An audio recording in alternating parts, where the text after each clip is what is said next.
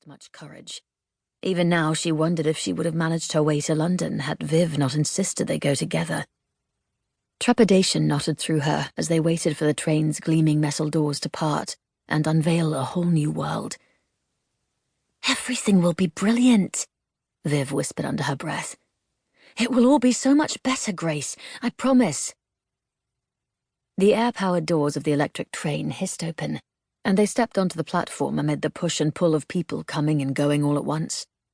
Then the doors shushed closed behind them, and the gust of the train's departure tugged at their skirts and hair.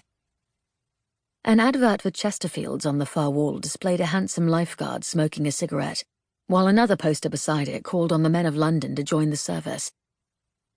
It wasn't only a reminder of a war their country might soon face, but how living in the city presented a greater element of danger.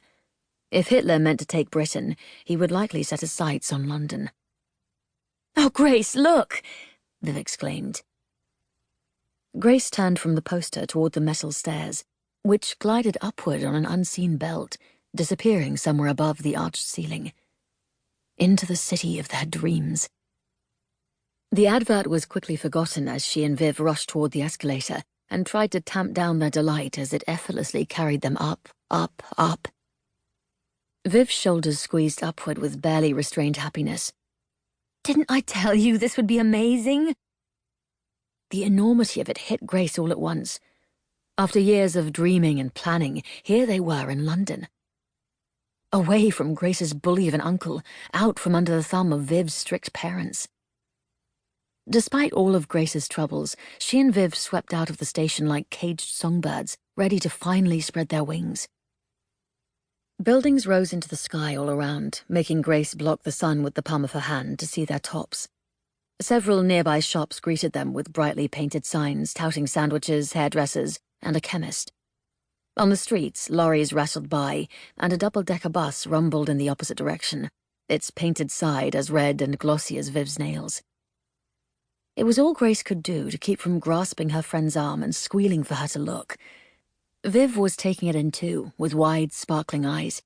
She appeared as much an awed country girl as Grace, albeit in a fashionable dress with her perfectly styled auburn curls. Grace was not as chic. Though she'd worn her best dress for the occasion, its hem fell just past her knees, and the waist nipped in with a slim black belt that matched her low heels. While not as stylish as Viv's black and white polka dot dress, the pale blue cotton set off Grace's grey eyes and complemented her fair hair. Viv had sewn it for her, of course, but then Viv had always seemed to both of them with an eye set toward grander aspirations. Throughout their friendship, they had spent hours sewing dresses and rolling their hair, years of reading Woman and Woman's Life on fashion and etiquette, and then making countless corrections to ensure they lost the Drayton from their speech. Now, Viv looked like she could grace one of those magazine covers with her high cheekbones and long-lashed brown eyes. They joined the flurry of people rushing to and fro, heaving the bulk of their suitcases from one hand to the other, as Grace led the way toward Britain Street. Thankfully, the directions Mrs. Weatherford had sent in their last correspondence had been detailed and easy to follow. What had been missing from the account, however, were all the signs of war. More advertisements, some calling for men to do their part, with others prompting people to disregard Hitler and his threats, and still book their summer holidays. Just across the street, a wall of sandbags framed a doorway with a black and white sign, proclaiming it to be a public air raid shelter.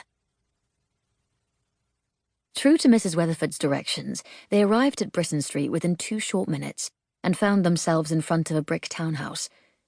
It had a green door with a polished brass knocker and a flower box filled with purple and white petunias in the window. Based on what Mrs. Weatherford had written, this was unmistakably her house. And their new home.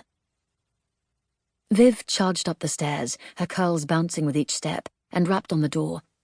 Grace joined her at the top, spurred on by the anticipation jolting through her. After all, this was her mum's dearest friend, the one who visited them in Drayton several times in Grace's youth. The friendship between Grace's mother and Mrs. Weatherford had begun when Mrs. Weatherford had lived in Drayton.